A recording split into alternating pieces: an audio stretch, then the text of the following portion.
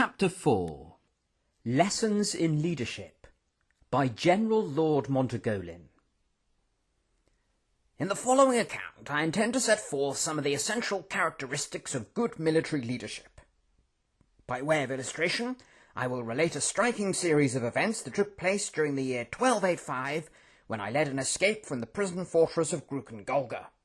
This will serve as an excellent example of wise and courageous leadership, not only because of the many dangers and challenges we faced, but also because of the diversity of men over whom I had command.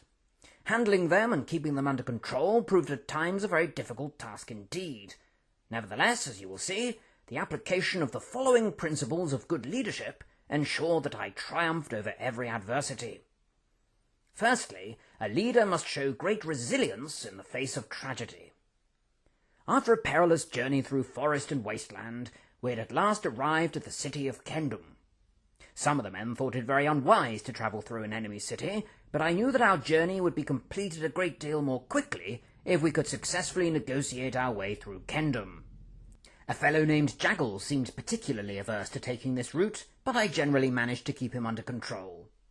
I found him to be a particularly irritating member of the group, as he was always casting aspersions on my leadership ability.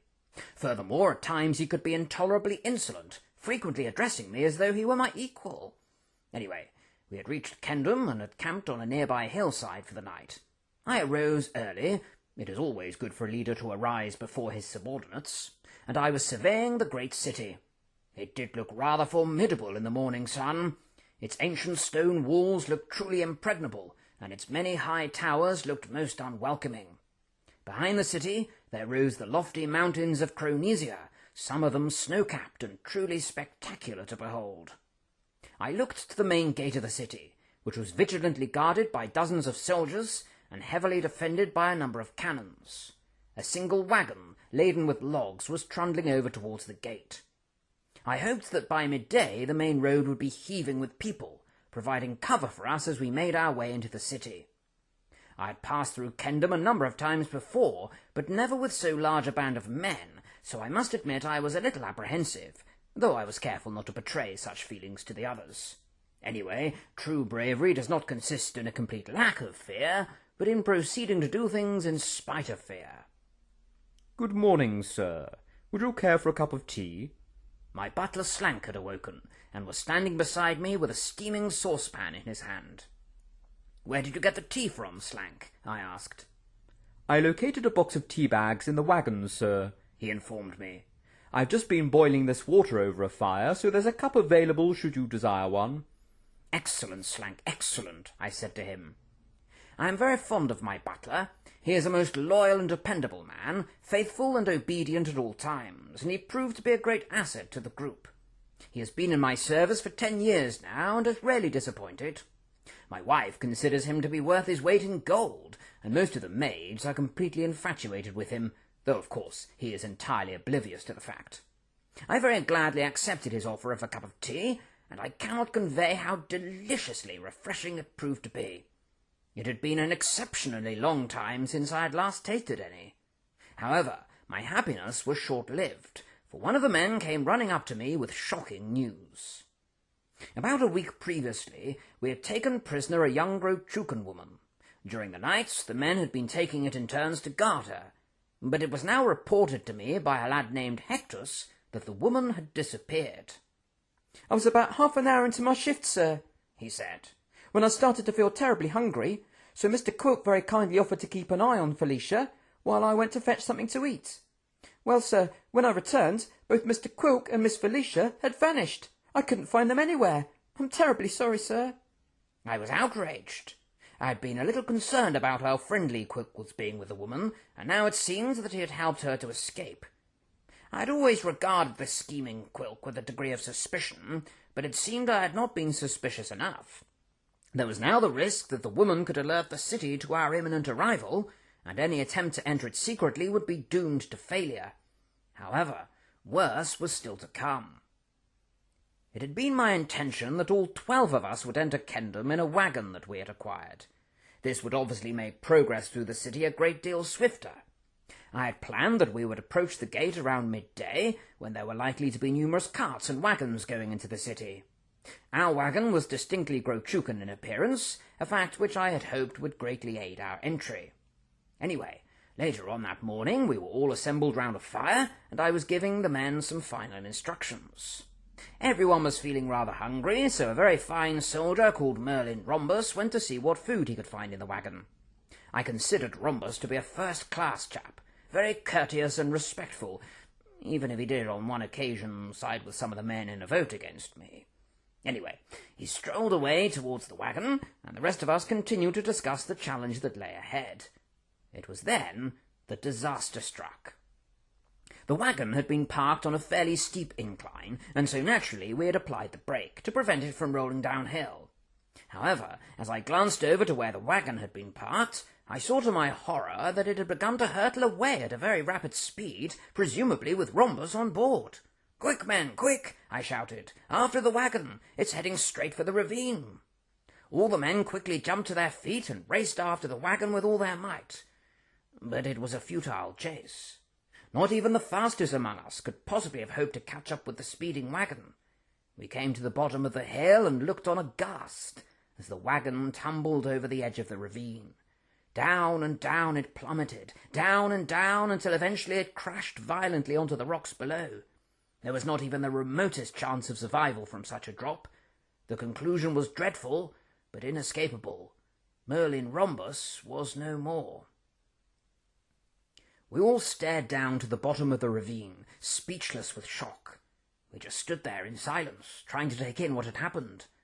It had all come about so suddenly.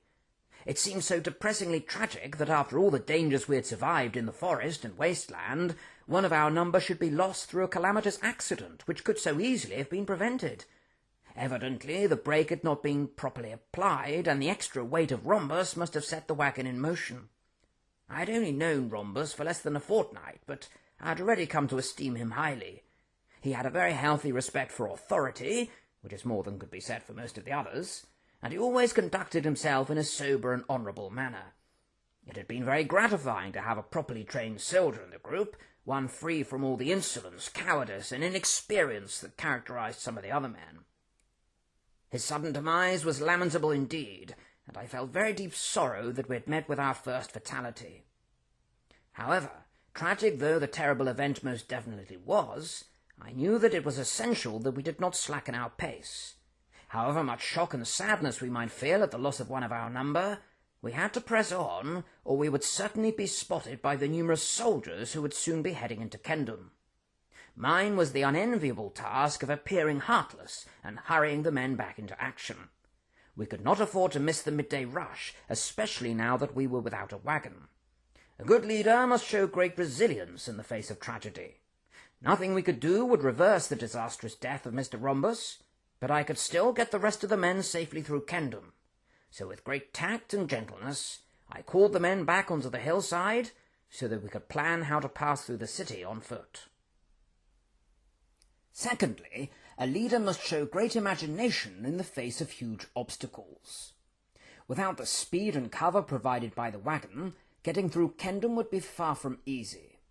I suggested that we split into two groups, each adopting a different strategy for passing through the city, thus increasing our chances of success. One group, I said, will employ disguise. We still have the Grochucan uniform, and we must use that to our advantage. We had managed to steal this uniform back in Grukan-Golga, and it was now being worn by a Baromian called Ramkhan. A distinctly solemn and serious man is Ramkhan, speaking only when absolutely necessary, and generally keeping himself to himself. I cannot recall ever seeing him smile or laugh, and I am doubtful that he possesses a sense of humour. On the other hand, he is a very strong and courageous man, a skilled hunter, and a very good shot with knives. Anyway, Ramkhan was at present sporting the uniform, and I thought he would make a fairly convincing Grochucan. "Ramkhan," I said, "if you were to pose as a Grochucan soldier, you could take the first group into the city, under the pretence that they were your prisoners." "I believe that such a plan could be working very well, General," said Ramkhan, who hasn't quite succeeded in mastering the modern tongue.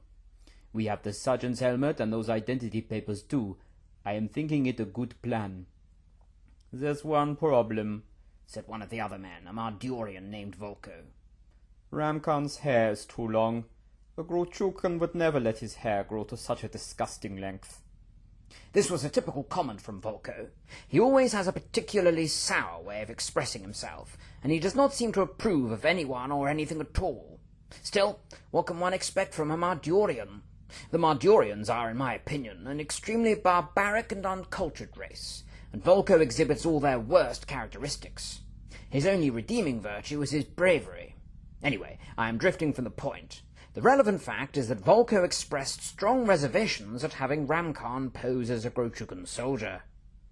I don't think I've ever seen a Grochukan with blonde hair either, said McFiber, an old friend of mine who can nevertheless be highly disrespectful at times. I think I should be the guard. You are in error, Mr. McFiber, said Slank. If I am not greatly mistaken, one of the sentries at Gruken Golga was endowed with yellow hair, the one with the particularly elongated nose. Quite correct, Slank, I said. In that case, Ramkhan, all you need to do is cut your hair a little. I would be very reluctant to be doing such a thing, General, said Ramkhan. A Baromian's hair is his pride and glory. How absurd, said Volko. In my opinion, if a man has long hair, it's a dishonor to him. You are being mistaken, Mr. Volko, said Ramkhan. Many of the greatest heroes of old were crowned with hair far longer than mine. This was a typical example of how a simple matter always seemed to develop into a huge argument. It could at times be most infuriating seeking to lead this group of men, but a good leader must be firm and decisive. I quickly cut the argument short and ordered Ramkhan to lop off his locks at once. Time is not on our side, men, I reminded them. We must get into Kendom as quickly as possible. Now then, let us turn our attention to the second group. This group will employ secrecy. Any ideas as to how they might pass through the city unseen? We could wait until nightfall, sir, said Algothian, a noble-hearted farmer. Then we could creep into the city completely unnoticed. I fear the city gate closes at the first hour of the night, I told him. We have no choice but to enter in daylight. What about going under someone's wagon? said Gevins, an oversized postman. We could all cling on underneath and nobody would notice us. Oh, no, I said. A bit too risky for my liking. A little more creativity, please. Think, men, think. Everyone fell silent. It did not look as though the men were going to suggest any workable ideas, but we desperately needed to think of something. There were too many of us for the whole group to go with Ramkhan. A single soldier would never be left to guard 9 prisoners all by himself. We needed a second plan. Responsibility falls upon a leader to show great imagination in the face of huge obstacles, so I ransacked my brain and glanced back down towards the city. It was then that a brilliant idea flashed into my mind.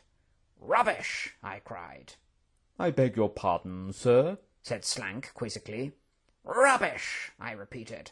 "That's how we'll get through the city. Do you see those large carts assembled by the gate? They're rubbish carts. Unless I'm very much in error, they make their way right across the region, collecting refuse from every town and city. It looks like they're about to enter Kendom. If 5 of you were to hide yourselves in one of them, you'd have the perfect means of getting in." "I don't like the sound of that," said a fellow named Tando. "Sounds very unpleasant to me." Of all the men in the group, I think that Tando was probably the most exasperating of the lot. He seemed to be afraid of just about everything, and he was perpetually groaning and grumbling about the perils we faced.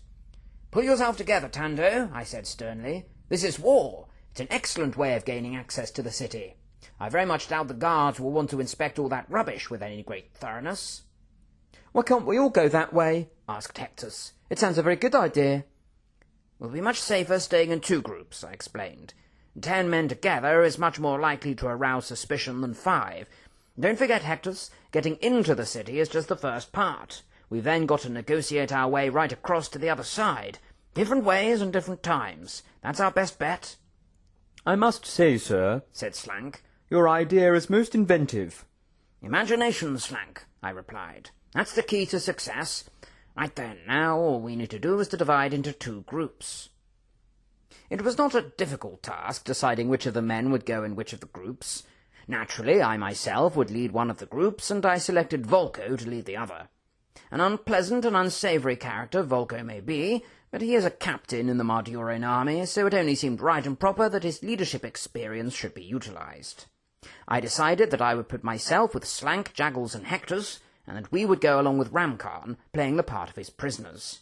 Volko would be given Tando and McFiber, 2 men I'd be glad not to see for a while, along with Algothian and Gevins. "Right then," I said, "time to be off. Let's gather up our luggage and head over to the gate." Everyone fetched their various bags and belongings, those that had not been up in the wagon, and started to get themselves ready. One sack remained unclaimed. "Whose is this?" I inquired. "Let's not leave anything behind." "I believe, sir," said Slank, that was Mr. Rhombus's sack." It was, I can tell you, extremely saddening to see it lying there abandoned on the ground, a poignant memorial to the untimely death of our companion. However, seeing it there only made me more determined than ever that no one else would lose their life, not under my care and command. I would get them through Kendom if it cost me my life. "We'd best take it with us," I said. "There may be something of use in there." Slank went over and picked up the sack. "There isn't a great deal inside," he reported. "A book, a journal, and a locket." "We should return the locket to his wife," said Algothian. "It contains a portrait of her. Yanassa, that was her name. They'd only been married a year. As soon as we get back to Galamenia, I'll track her down and give it to her. It's the noble thing to do." "I'll come with you," I said. "I'll ensure that Rhombus gets a proper public funeral with full military honours. He will not be forgotten. But time is ebbing away, men. We really must be setting off. Quick as you can, men, quick as you can." With great caution and stealth, we hurried down to the bridge, merged into the crowds, and hid ourselves by one of the rubbish carts that would soon be taken into the city. "Volko's group," I whispered, "into the cart." Tando peered uneasily into the cart, and an appalled frown appeared on his face. "I can't go in there, sir," he said. "You never know what might be inside. There could be anything. Let me be one of the prisoners, sir." "Get in there at once," I ordered. "Stop being such a coward and climb inside." "I'm not a coward, sir," he said. "It's just I can't stand being in an enclosed space like that. It's a very common loathing, sir. Lots of people have it." "Cease your moaning and get inside," I shouted. "Now, Ramkarn, you'd best take Gevin's sword. You need to look the part. You can use it to cut that hair off as well. Come on, everyone. Quickly, quickly. We haven't a moment to lose." As you can see, it could prove a most frustrating challenge trying to organise these men. I was compelled to bawl and shout and bellow to get them into action. But a commanding voice and an authoritative firmness are not in themselves sufficient for the task of leading men. A keen imagination is also essential, for unexpected twists and turns will frequently confront us along life's path, and so, employing my ingenious plan, the 2 groups readied themselves for action and prepared to take the plunge into the mighty city of Kendom. Thirdly, a leader must show great perseverance in the face of many dangers. With the disguised Ramkarn at our head, my group began to edge towards the city gate. Quite a number of wagons and soldiers were going into the city at that time, mostly from the south, so we hoped that we would not attract any attention. Anyway, the guards would only occasionally stop and interrogate those entering the city, so we had reason to be optimistic. There were 6 guards on duty that day, each mounted on a differently coloured horse. With one exception, they looked thoroughly bored and did not seem to be performing their duty with much diligence. We had just about passed them when the tallest among them, seated on a fiery red horse, called out to Ramkarn. "A fresh catch, eh?" he laughed, presumably referring to us. Ramkarn hesitated and drew a deep breath. "That is correct," he replied, rather unconvincingly. "I caught them last night. Escapees from Golga. You can see my papers if you like." I could scarcely believe what I was hearing. Was Ramkarn deliberately trying to get us into trouble? For him to say that we had come from Golga seemed like absolute suicide. Evidently acting was not one of his talents. "No need for that, mate," chuckled the guard. "I would like to see your papers," said another guard on a white horse. "I was not aware that there had been an escape from Golga." Ramkarn searched through his pockets and eventually located the identity papers. He quickly checked them and handed them up to the guard. Vokrond must be trying to hide it, said the guard. Very typical of him. His Imperial Excellency will not be pleased. He likes to be informed of all notable events in the Empire, especially those involving his son. I'm sure he won't be all that bothered, sighed the guard on the red horse. There are only a few of them in their court now. You need to relax a little, Kavlin. There's a little too much relaxing at the moment, Medric, said the guard on the white horse. Standards are slipping. Barracus arrived here earlier today and was appalled to find only 3 guards on duty. Everyone is getting very careless. Barracus is here, is he? Said Madrick. Everyone seems to be coming here today. Clester's came in this morning, and I've seen Princess Yarvanna around as well. Might we perhaps be allowed to proceed? Said Ramkhan. No, said Kavlin, frowning grimly. I want you to give a full report on this escape. His Imperial Excellency is a little concerned about his son at present. He's being far too secretive. Come into my office and tell me all the details. Things seem to be going from bad to worse. I dreaded to think how such a meeting might go. I sincerely doubted that Ramkhan would be able to keep up his act for very much longer. The truth about us would surely be uncovered. However, just as we were about to follow Kavlin into his office, along came another soldier, mounted on a grey horse and carrying a green flag.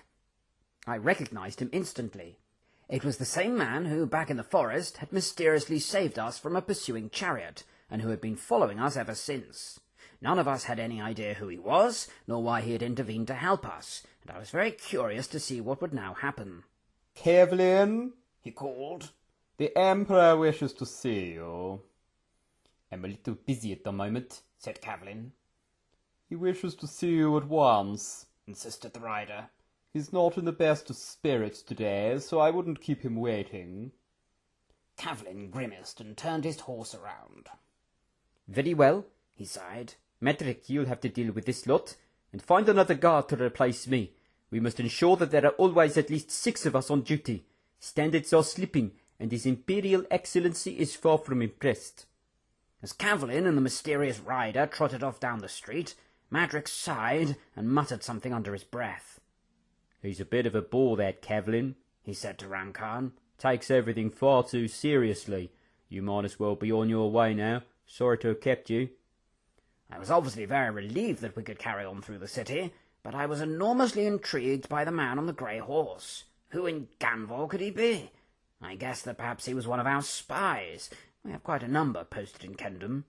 That was close, said Hectus. I really thought we were going to be found out then. What in Ganvor were you thinking, Ramkhan? I exclaimed, telling the guard we had come from Grugan Golga. What would have happened if that Kavlin had started interrogating you? I think I could have been maintaining my cover, General, said Ramkhan. I very much doubt it, I said. You can't even speak properly. It wouldn't have taken him long to see through you.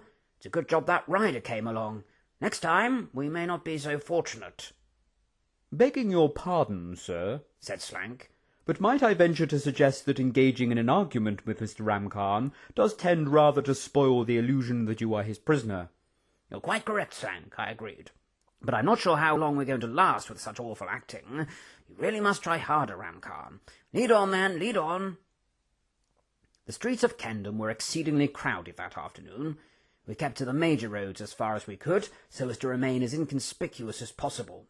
This meant that we passed many of the most famous and impressive buildings in the city. We saw the ancient Tower of Umdor and the grand old theatre of Kalkin, as well as the palace of the Emperor. We felt particularly nervous when we came to the Imperial Court, for there must have been at least 30 armed guards standing outside.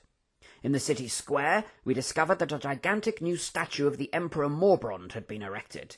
It was more than a little unsettling to walk under the shadow of this towering sculpture, with its 2 enormous eyes staring down upon us. One thing we noticed as the afternoon progressed was that there was an increasing number of green flags being displayed throughout the city. I wondered what their significance might be, for I had never seen any on my previous visits to Kendom. At about the first hour of the evening, we sat down on a wooden bench and heard 5 long blasts on a trumpet.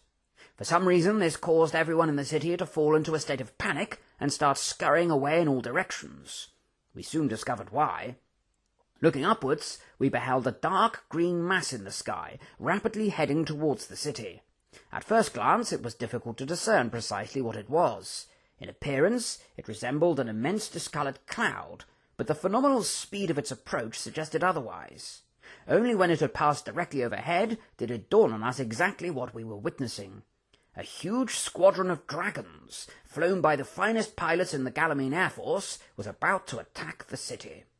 It was a breathtaking sight indeed to see more than 100 dragons swoop majestically over the city, nostrils flaring and tails twitching, ready for action.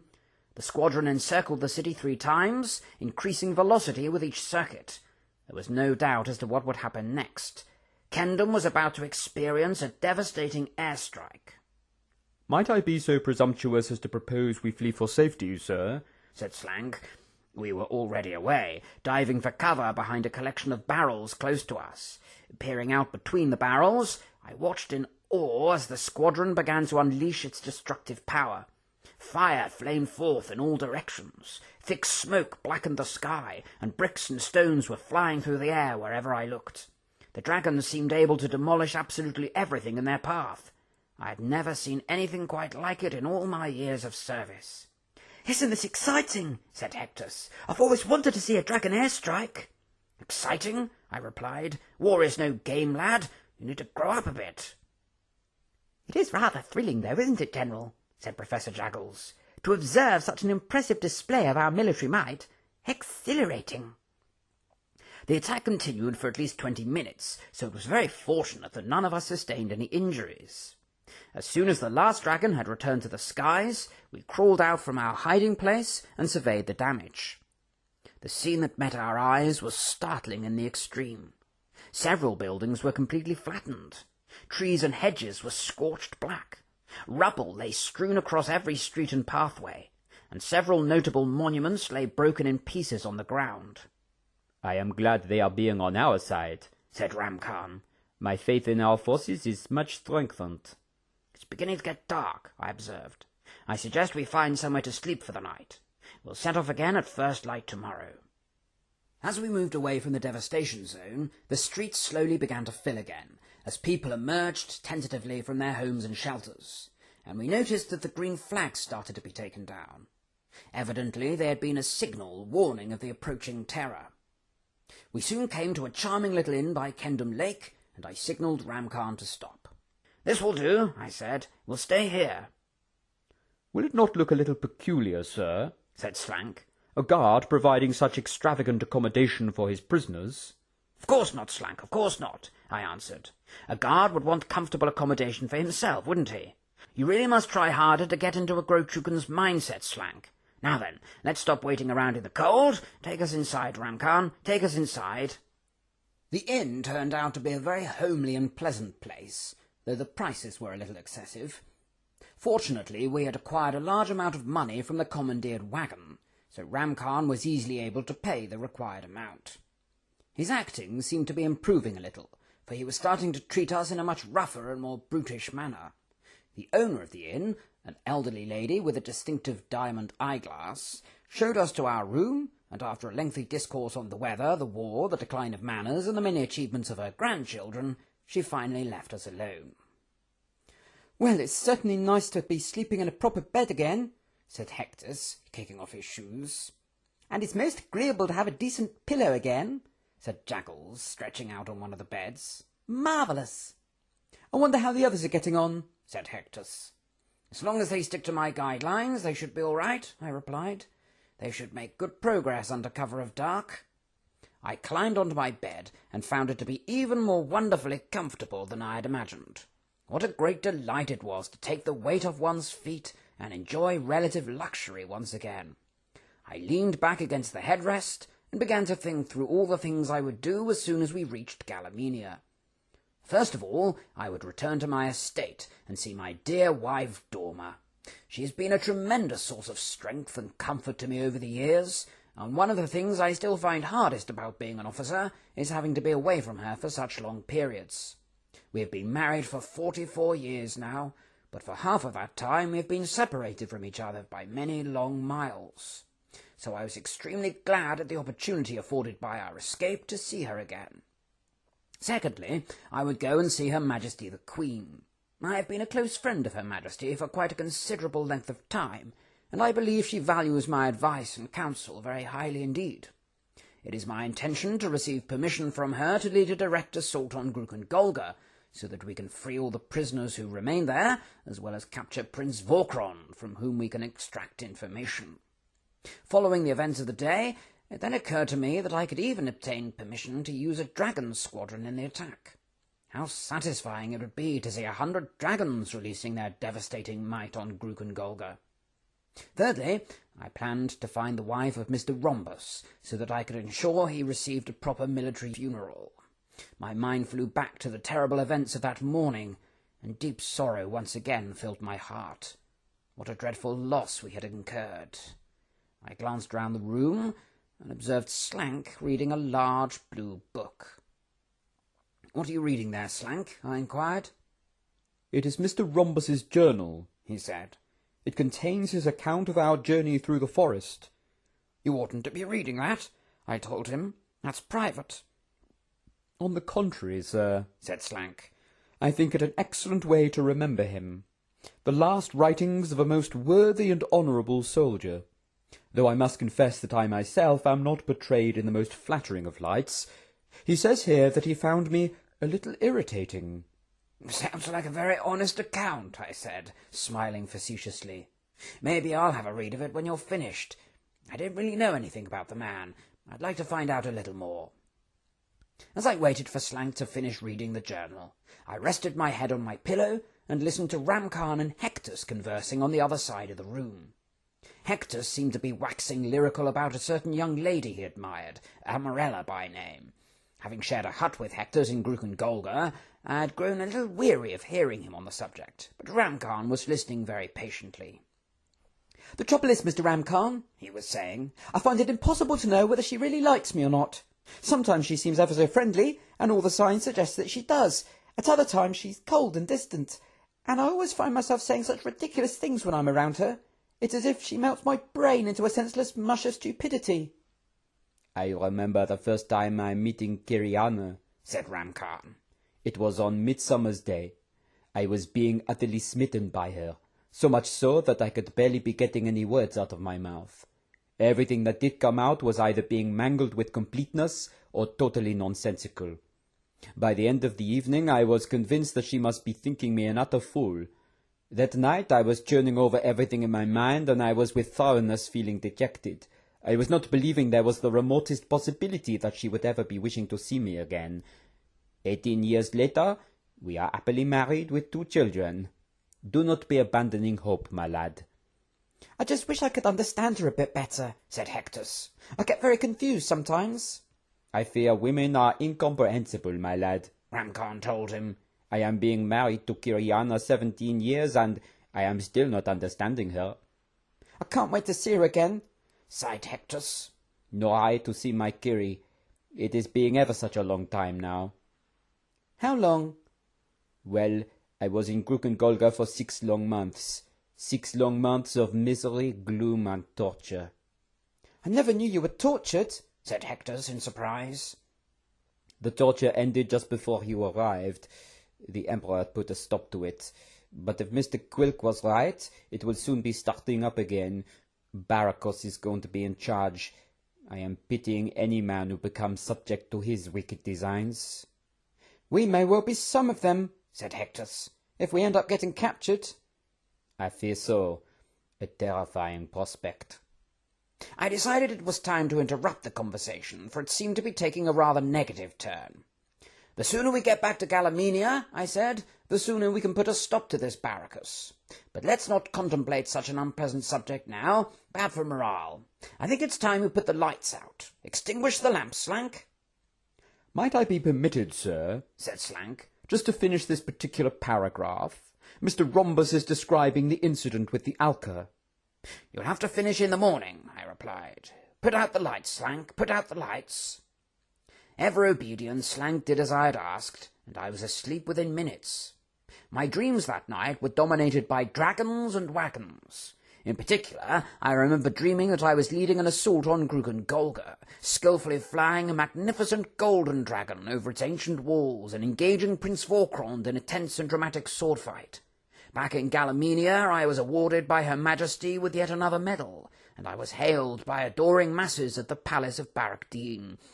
However, the dream took a disturbing turn when I suddenly found myself sitting in a runaway wagon and plunging over a cliff. A single blast from an inordinately loud trumpet summoned me out of this nightmare. "Sir, sir!" cried Slank, rushing over to my bed. "What is it, Slank?" I inquired. "Mr. Cavlin is outside, sir," said Slank. "A great multitude has assembled to listen to him. I think he is going to issue an announcement." I jumped out of my bed and hurried over towards the window. A huge crowd was gathered in a chaotic mass by an old army hut. Sitting sternly on his white horse was the unmistakable figure of Cavlin, the guard we had met by the city gate. There was another loud blast from the trumpet, and the crowd fell silent. "Men of Kingdom," said the sharp, cold, icy voice of Cavlin, "I have an important declaration to make. His Imperial Excellency is becoming very concerned at the growing sloppiness and negligence of our defence and security here in Kingdom. An increasing number of spies have been infiltrating the city. Several pieces of important military equipment have been stolen, and civilians have become very lax in following the new nocturnal regulations. Standards are slipping. It is time to restore order, discipline, and vigilance. That is why His Imperial Excellency has placed me in complete military control of the city." Cavlin paused and grimaced in the most unattractive manner. "From now on," he continued, "everyone must be alert and vigilant. Keep a lookout for any suspicious behaviour. Trust no one. Report anything out of the ordinary. The number of guards at the rear gate will now be increased tenfold. That is where we believe the spies are entering. Henceforth, no one will be allowed to enter or leave through the gate without a written permit. There will be random interrogations and searches throughout the city. We have become far too vulnerable. Aerial strikes, enemy spies, sabotage operations, these have become all too numerous. It is time for change. So be alert, be vigilant, be on your guard. Kingdom is at war." With a final frown and a scowl, Cavlin and his companions made their departure, and the crowd gradually began to disperse. "That sounds rather worrying, sir," whispered Hectus behind me. "Things are going to get even more difficult." "Difficult?" said Jaggles. "Impossible, I'd say. Insurmountable. Guards increased tenfold at the rear gate. No leaving without written permission. We simply cannot proceed." "Don't be defeatist, Jaggles," I replied. "No difficulty is insurmountable." "But, General," cried Jaggles, "that Cavlin is suspicious of us already. If he himself is present at the gate, he most assuredly will stop us. The risks are too great, General. We shall have to turn back." "Turn back, Jaggles?" I exclaimed. "Turn back? Has all sanity vacated your mind? We've got this far. We're not giving up now. Pull yourself together." "I believe Professor Jaggles is being correct, General," said Ramkhan. "I am not one to be giving up easily, but the odds do seem to be rather stacked against us now. We shall have to be going back through the front gate and selecting another route." "I am shocked and stunned to hear such talk," I said. "Next you'll be suggesting we give ourselves up to the Grotugans. Forwards is our only option." "The dangers are simply too great, sir," said Slank. "Additional guards, increased vigilance, widespread suspicion. The perils are insuperable." "Not to mention the risk of more airstrikes," added Hectus. Naturally, I was extremely disappointed with the men. It seemed that they had finally given up hope. It was a most depressing sight to look upon their downcast and dejected faces, but a good leader must show great perseverance in the face of many dangers.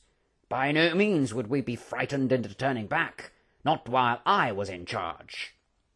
"Pull yourselves together, men," I said authoritatively. "There is no question of our turning back. We will never give up. We will never surrender. Yes, the dangers are many. Yes, the risks have increased. But with determination, fortitude, grit, and perseverance, we can overcome any obstacle. We shall not give up, men. We shall continue." Fourthly, a leader must show great patience in the face of stupidity. While we were arguing inside the inn, Volko's group were having a heated debate outside an army's storehouse. According to Algothian, who later gave me a detailed report of the events that befell his group, the four of them had managed to enter Kendum without a hitch, and had emerged from their rubbish cart as soon as darkness fell. Volko had insisted on using the Queen of the North to direct them, though MacFiber thought it very unwise to rely on the stars, since cloud or fog could obscure them. But Volko had asserted his authority, and so the four of them set off eastward, with the darkness of night as their cover, and the Queen of the North as their guide, rather stupidly if you ask me. The streets they took were quiet and empty, so they made good progress, and it looked as though the night would pass without incident. However, upon passing the aforementioned storehouse, the subject of food came up, and an act of great stupidity was about to put our entire escape in jeopardy. "It's a shame we haven't got Quilp with us," Algothian had remarked. "He was going to get his hands on some extra food, wasn't he?" "We don't need that worm Quilp to get us food," Volko had said with a sneer. "We can get it ourselves. We have an opportunity right here before our eyes. This storehouse looks as though it is totally unguarded." "Are you suggesting we break in?" Tando had asked. "I don't like the sound of that. What if we're heard? What if someone sees us? What if we're captured? Sounds very unwise to me, Mr. Volko." "The street is deserted," Volko had said. "3 of us can stand guard here, 2 of us can go inside. Don't be such a coward." "I'm not a coward, Mr. Volko," said Tando. "It just seems so rash and reckless, that's all. It could bring our whole escape to a tragic conclusion." "We won't get far through the mountains without enough food," said Algothian. "This may be our last chance to stock up." "But how do we know there aren't any soldiers inside?" said Gevins. "There aren't any lights on," said Volko. "I've made up my mind. We're going in." "You may be going in," said MacFiber. "but I'm certainly not." "You have no choice," said Volko. "The General has put me in charge of you all. You will do as I say." "I only follow orders from Gallowmeans," said MacFiber. "You tell him, Mr. MacFiber. I draw the line at this. I've been down dark, damp drains and through horrible, slimy pipes and cramped up in a ghastly refuse wagon, but I am not breaking into an enemy's storehouse right in the heart of Kendom." "I don't think I can stand any more of your whimpering. You really are driving me to insanity. I am in charge here, and that is the end of the matter. You Gallowmeans are insufferable, insolent, cowardly, spineless, foolish, and infuriating. MacFiber, Gevins, and Tando, you will keep watch out here. Me and Algothian are going inside, whether you like it or not. Let's break this door down." What a band of exasperating fools I had in my charge! That reckless Mardurian slashed through the storehouse door with his sword and stormed inside with Algothian. At first glance it appeared that they had made the right move. They had stepped into a mouth-watering treasure-house, stocked with row upon row of delicious delicacies. With unrestrained excitement, they set about raiding the store and loading their bags to maximum capacity. Upon turning a corner, however, Algothian glimpsed something that froze him to the spot. There before him, slouched on a battered old armchair, muddy boots resting upon a table, slept a Grochucan sergeant. Partially hidden behind the chair, a second soldier was lying on the ground, snoring noisily and clutching a long spear. "Volko!" Algothian had called, in as loud a whisper as he dared. Volko came rushing round the corner. "It's not unguarded after all," said Algothian. "No need for alarm," replied Volko. "As long as we remain quiet, we'll be all right.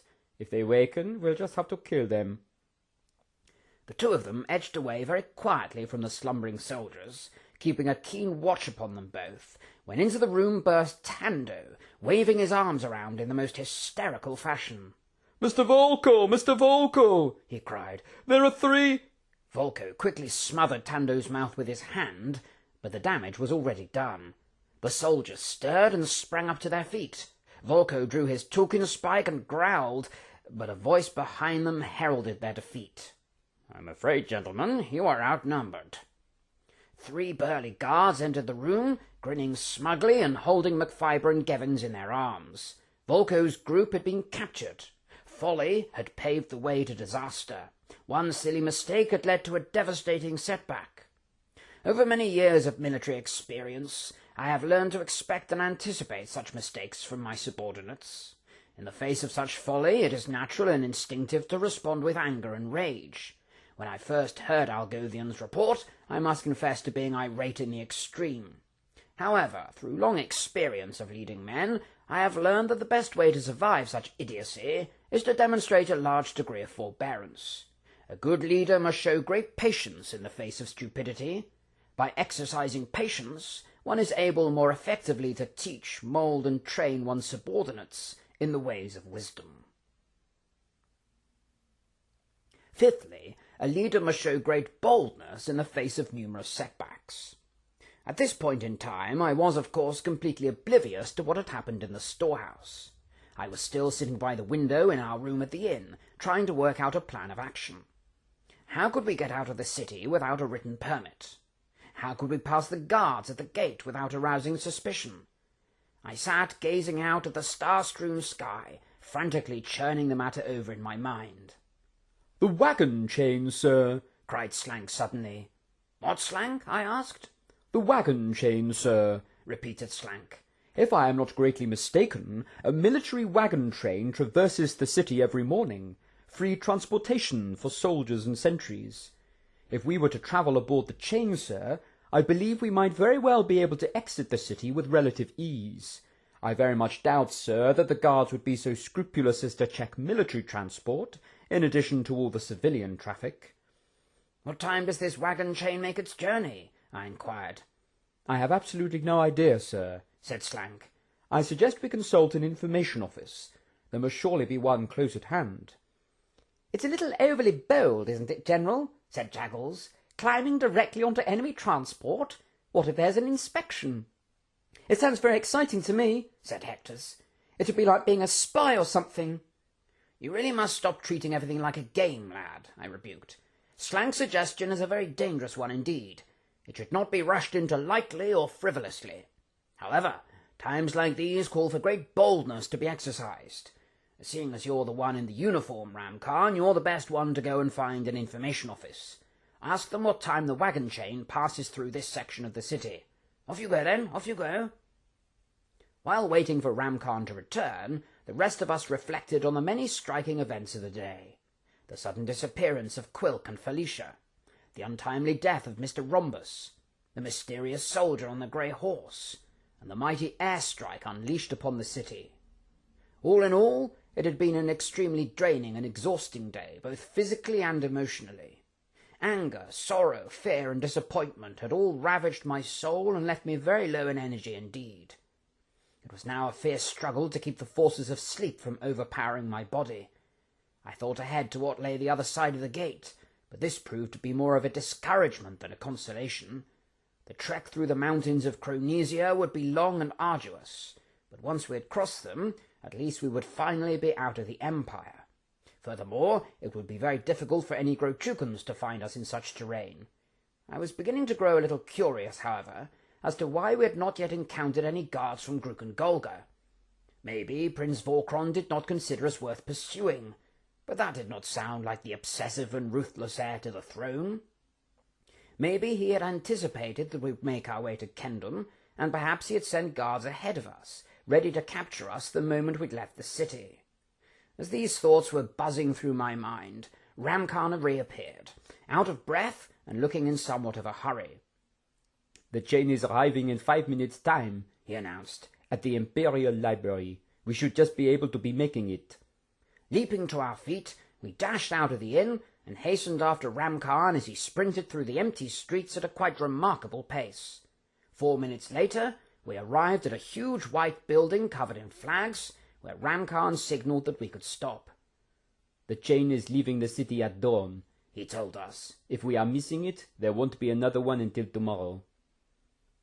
"Let's hope the others can find a way out as well," I said, unaware of what had already befallen Volko's group. "Here it comes!" cheered Hector's, looking into the distance. Racing through the city with a thunderous clunking, the military wagon chain came rushing towards us. 8 black horses were pulling the chain, and there must have been at least 13 wagons altogether, each linked to the next with strong ropes. Ramkhan held out an arm, and the wagon chain came to a juddering halt. "Papers!" ordered the driver. Ramkhan handed up the stolen identity papers. The driver gave them a quick glance and promptly returned them. So much for increased vigilance. "Wagon 7, said the driver wearily. We counted our way down the wagons, and were very pleased to find that the 7th one was empty. Well, that was simple enough, laughed Hector as we climbed aboard. Absurdly simple, I chuckled. Well done, Slank. We'll be out of here in no time. Our boldness has paid off. The wagon chain sped away, and the buildings of Kendham flew past in a blur. It turned out that the chain took a rather long and circuitous route through the city, frequently stopping to pack on as many soldiers as possible. To pass the time, I decided to have a read of Mr. Rhombus's journal.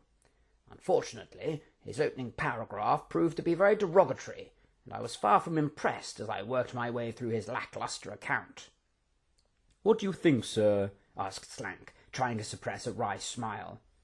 Highly disappointing, I answered. I am not at all satisfied with its portrayal of me. I made it look very one-dimensional, always bawling and shouting like some dreadful theatrical caricature. It completely fails to bring out the multifaceted complexity of my character. "Maybe you should write an account yourself, sir," said Slank. "An insight into the rigours and challenges of leading an escape party." Maybe I will, Slank. Maybe I will, I smiled. This, of course, is what prompted me to write this present dissertation, which, I hope, will prove to be of great worth and value to many young men aspiring to be leaders. Anyway, along the dreary roads of Kendham we continued to jolt, and nothing particularly attracted my attention until we stopped by an old crumbling warehouse. One of the Grochucans waiting to board the chain looked vaguely familiar. I was convinced that I had seen him somewhere before, but his helmet obscured much of his face. He climbed into the wagon in front of ours, and struck up a conversation with an old sergeant. I recognized his croaking voice immediately. "You realize who that is, don't you?" I whispered to Slank. "His countenance does stir something vaguely within the archives of my memory, sir," he answered. "It's the wall sentry from Gruken-Golga," I said. "Looks like Vorkron's men have finally caught up with us. We'd best keep a low profile. If he turns round and sees us, well, it doesn't bear thinking about." I leaned forward to try to eavesdrop on his conversation. "You off to Cronesia, then?" the old sergeant was asking him. "No," he replied. "I'm on a spot of leave. 1 week's holiday, and then it's back to Golga." "Gruken-Golga, chuckled the sergeant. Poor you. I wouldn't like to have Vorkron for a boss. They say he's worse than his father." "It's not that bad," said the wall sentry. "It's better than being on the front line, I can tell you. The name's Darvang, by the way. Pleasure to meet you."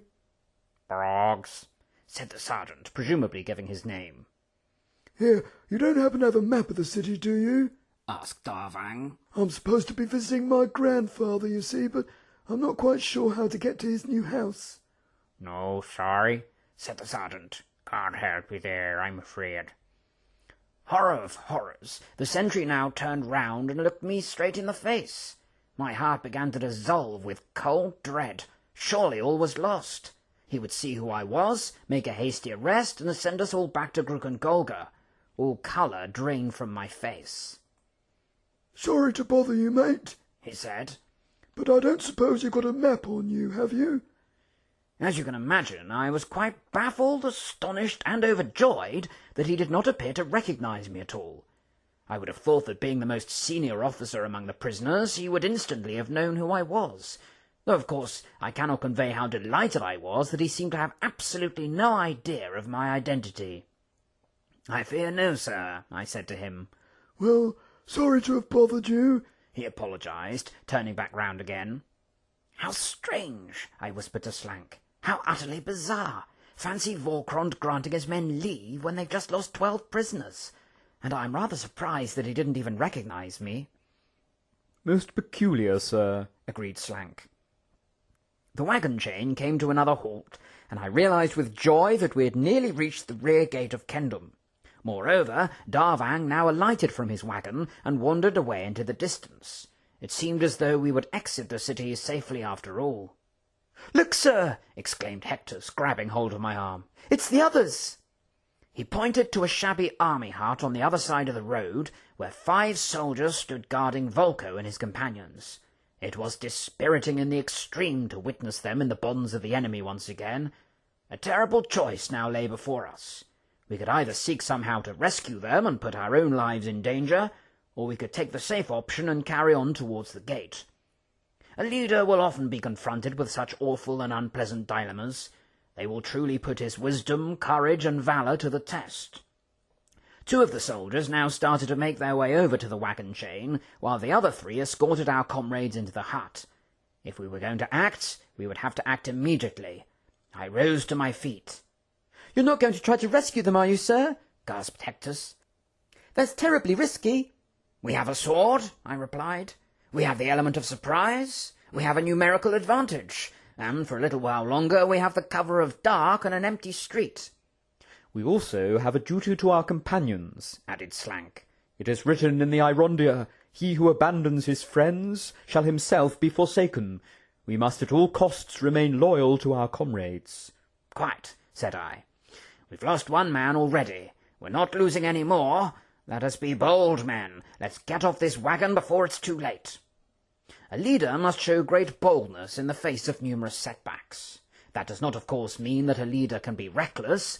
There had already been a deplorable example of recklessness, the very act that landed Volko and the others into this mess in the first place. What is the difference between such intolerable recklessness and the proper boldness it behoves a good leader to display? The one is devoid of all sense, reason, and care. The other diligently weighs up the risks and dangers. It measures every aspect of a situation with judicious thought and contemplation. In short, it is the result of rigorous and thorough deliberation rather than a rash and impulsive outburst. Of course, such boldness can still fail to achieve its aims, but on this particular occasion I swiftly came to the conclusion that there was still a considerable chance of success, so long as everyone played their part correctly and unflinchingly. Slank and Jaggles would knock on the door of the hut and attempt to distract the soldiers. Meanwhile, Hectus and Ramkhan would try to break into the back of the hut, creep behind the soldiers, and catch them by surprise. I myself would keep a lookout for any passing pedestrians who might potentially ruin the plan. "I cannot sufficiently underline the importance of speed, men," I said to them. "Dawn will soon be upon us. People will begin to emerge from their homes. It's now or never, men. Be bold, be brave, be courageous." I looked on a little nervously as Slank and Jaggles made their way down to the army hut. One wrong move, and our whole escape would be at an end. What happened next, however, took me rather by surprise. Having called them to the door, Professor Jaggles merely laid his hands upon the soldiers, and immediately they all collapsed onto the ground. What in Ganville was going on? Had he hypnotized them? Had he put them under a spell? Had he killed them with a mere touch of his fingers? I could not take in what I was witnessing. Hectus and Ramkhan then appeared at the door, more than a little astonished to find the guards already overpowered and disarmed. All that remained was for Slank to remove the keys from the guards and release our 5 companions from their bonds. What pride and satisfaction I felt as Volko and his subordinates came trooping out of the hut. But I was absolutely mystified by what Professor Jaggles had done. I demanded an explanation. "If I am not greatly mistaken," said Slank, "Mr. Jaggles is a Halvurandus." "A Halvurandus?" I exclaimed. "A Halvurandus? Do you not know that practising Halvurandy is a most serious violation of the law?" "I am well aware of that, General," said the Professor rather grumpily. "But it seemed harmless enough. Sending people to sleep has no adverse side effects. They'll be up and about in 10 minutes' time." "That is besides the point," I replied. "You have committed a most grave crime." "This is war, General," said the Professor. "Extreme situations call for extreme measures. We have to be flexible, General. A little elasticity." "Nonsense," I told him. "If there's one thing I can't abide, it's lawlessness. Being in a foreign land is no excuse for breaking Her Majesty's statutes. I'm highly disappointed, Professor." Livid as I was with Professor Jaggles, I was obviously overjoyed that our 5 comrades were at liberty once again. A great setback had been overcome, and disaster had been averted.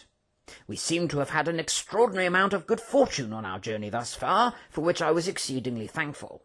We had escaped from the fortress without being seen. We had travelled through the forest without meeting any guards whatsoever. and now we had very nearly come all the way through Kendom. Of course, all this cannot be attributed to good fortune alone. With a less experienced leader, the story might have been entirely different altogether. Resilience, imagination, perseverance, patience, boldness, these certainly contributed to our success. But there is one final ingredient for wise and courageous leadership, and it is the quality I now needed to exercise as a fine and sumptuous chariot pulled up alongside us. "Need a lift, gents?" inquired a friendly voice. I looked up to behold the driver, and was quite stunned by what I saw. There at the reins of the chariot, grinning widely, was Mr. Quilk. Sixthly, then, a leader must show great discernment in the face of uncertainty. In this case, the question requiring discernment was whether or not to trust Quilk. Here he suddenly was again, offering us a helping hand, all charm and smarm, as though nothing had happened, as though he had never helped an enemy prisoner to escape. Did he genuinely think that his appalling conduct was an insignificant matter? Or was this all part of a great trap? Had he bought his freedom in exchange for capturing the rest of us? "Well, hop aboard, gents," he said, "before the city wakes up." "I fear you have an awful lot of explaining to do, Quilk," I told him. "You can start by explaining why you helped that woman to escape." "You what?" said Quilk in surprise. "Helped her to escape? I think you've got the wrong end of the stick, sir." "Bit of a coincidence, you and her disappearing at the same time," I remarked. "Admit it, Quilk, you're a traitor." "I beg your pardon, sir," exclaimed Quilk. "Stone me to death. I can't believe you'd think such things of me. I won't deny I found her company very agreeable, sir. Maybe I was, on reflection, a little over-friendly towards her. But to suggest I set her free, in rank disobedience to your commands, you stun me, sir. You wound my heart." I looked Quilk straight in the eye, but it was impossible to determine whether he was telling the truth. "Allow me to explain," he said. "You'd best come up here in the chariot. You don't want to be seen by enemy soldiers. Up you come." Quilk pulled back a curtain behind his seat and beckoned us to hide in a little dark recess. As soon as we were safely out of sight, he tore open a bag of chips and began to devour them rather hastily. "Well, sir," he said, munching away, "I hardly know where to start. You remember that man on the grey horse, sir? The one who rescued us from the chariot? Well, sir, in actual fact, it wasn't us he was trying to rescue after all. Turns out he was saving Felicia. Didn't want her getting killed in any fight that might develop." "You've met the man, then?" I said. "Indeed I have, sir," said Quilk. "Indeed I have. As Hector has no doubt informed you, I offered to take his place the other night when he was guarding Felicia. You wanted to get some food from your bag, didn't you, mate? Well, faithfully and vigilantly I sat there keeping watch over her. Next thing I know, someone grabs me from behind and holds a knife to my throat. You can probably guess who it was, can't you, sir? It was the man on the grey horse. Clestus, that's his name." "One of Vokron's men," said Ramcarn, raising his eyebrows. "Quite true, Mr. Ramcarn," confirmed Quilk. "Well, it turns out that Miss Felicia is a very valuable young lady. She's the daughter of Lord Roke, one of the most powerful men in the Empire. So this Clestus fellow, he cuts Felicia free from her bonds and whisks the both of us away on his horse. Obviously, he didn't want me opening my mouth and alerting you to what had happened. You fancy a chip, sir?" "No, thank you, Quilk," I frowned. "Carry on." "Well, sir," continued Quilk, "off he takes us here to Kendom. And where do you think he took us yesterday, sir? Only to the palace of the Emperor himself." "You met the Emperor?" said Hectus. "How exciting!" "He's not nearly so frightening as he's made out to be," Quilk told us. "I was expecting a tall, imposing, terrifying warrior of a man. In actual fact, he's just a rather moody old moaner. You sure you won't have a chip, sir?" "Quite sure, thank you," I sighed. "Just get on with your story." "Well, there we were, sir," Quilk resumed, "in the Palace of Morbrond, and what a place it was. He sits in this enormous pillared hall, he does, statues of all the old emperors lining every wall, the floors made of cold hard rock and covered in ancient writing. The ceiling's about 30 feet above your head, sir. It's a very impressive place. The Emperor himself sits up on a silver throne about 10 feet from the ground. Miserable-looking man he is, old and worn and wearied, with a scruffy white beard. There was only one other person in the room, his daughter, Princess Yarvanna. What's she like? asked Gevins. Anything like her brother? Not really, said Quilk. A very spirited and feisty lady she is. Piercing green eyes and long purple hair, dressed very elegantly. She was arguing with her father when we came into the hall, something about one of her suitors. Quilk continued in this vein for quite some time, but I shall not weary you with an exact account of what he said.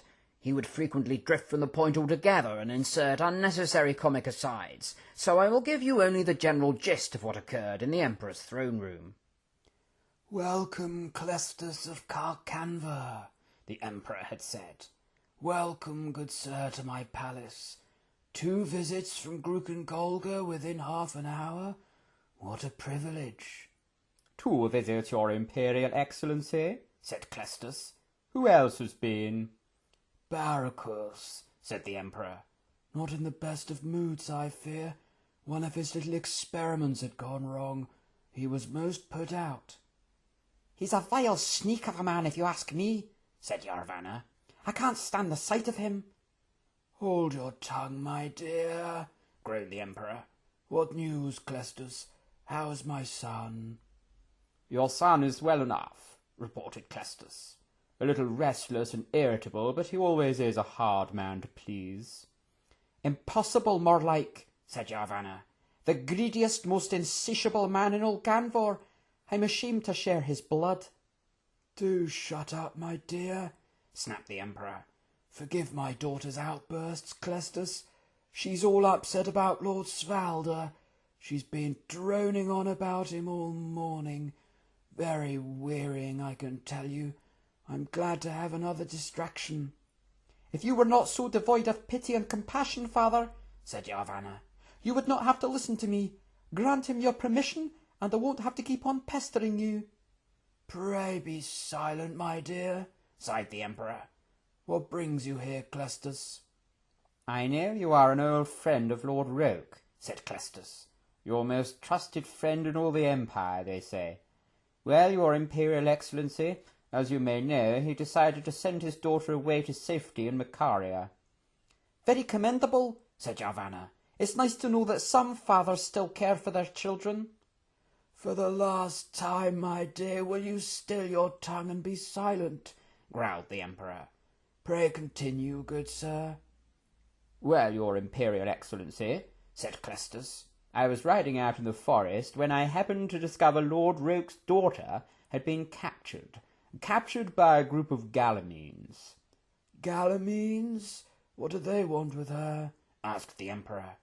I know not, said Clestus, but naturally I sought to rescue her as soon as possible, and here she is. I brought her here, your Imperial Excellency, to ask what ought to be done. Should I send her back to her father, or should I send her on to Macaria?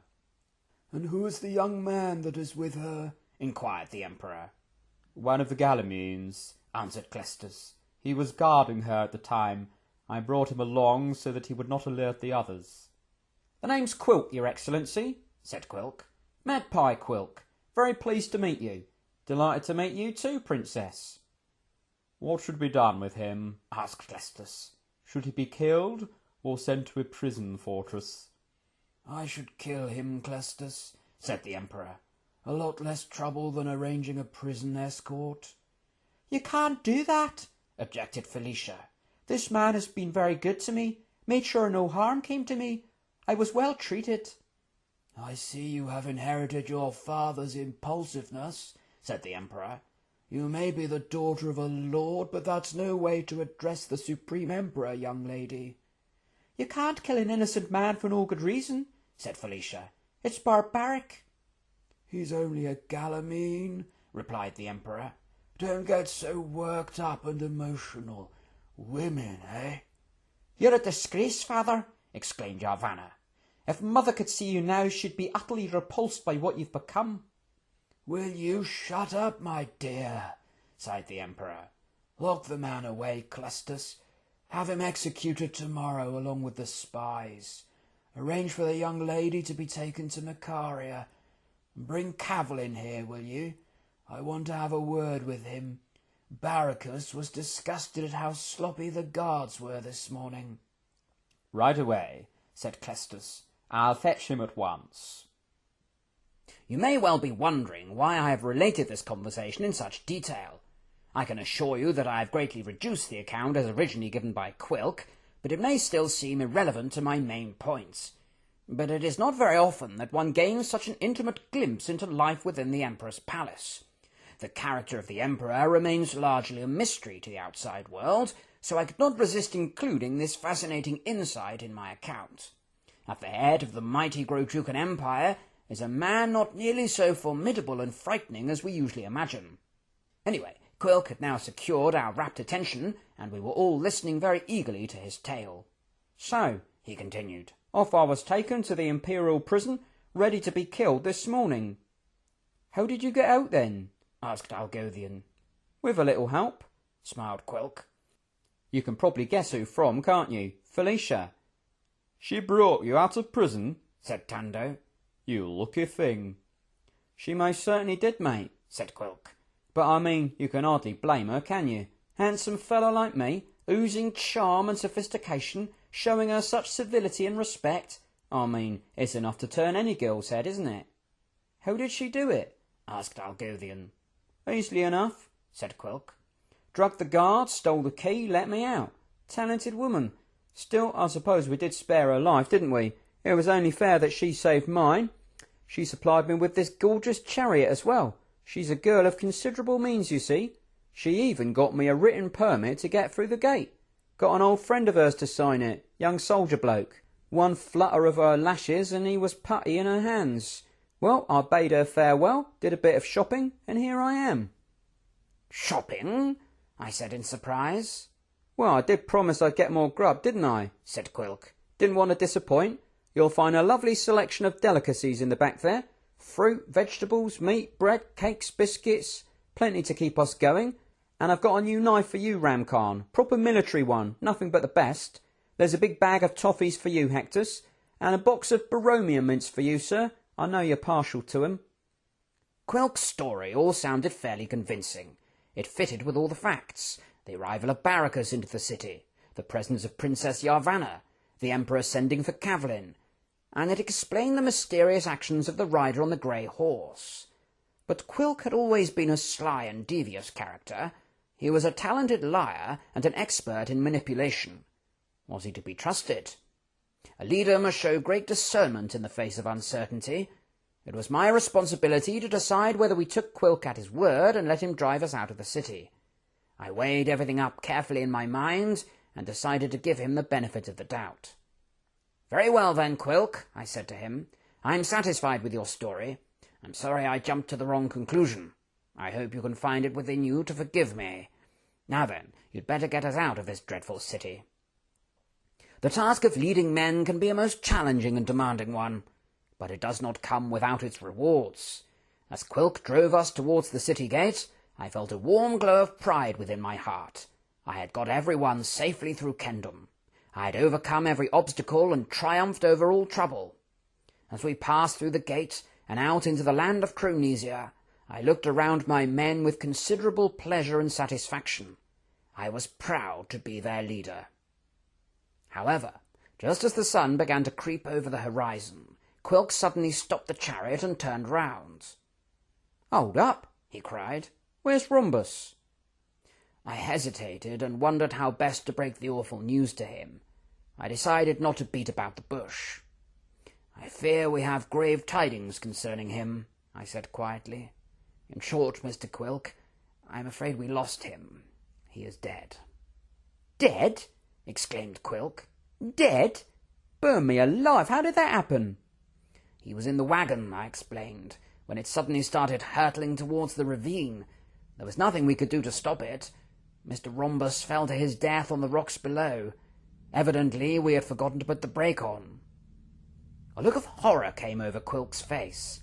He appeared to be lost for words and seemed terribly shaken. "The brake was most definitely on, sir," he stammered. "I put it on myself. I can remember testing it several times, sir. I'm a bit obsessive about things like that. The wagon wasn't going anywhere. The brake was definitely on, sir." Quilk hesitated, gulped, and looked me straight in the eye. "You know what this means, sir, don't you?" he said. "Someone else must have released the brake deliberately. Mr. Rhombus was murdered."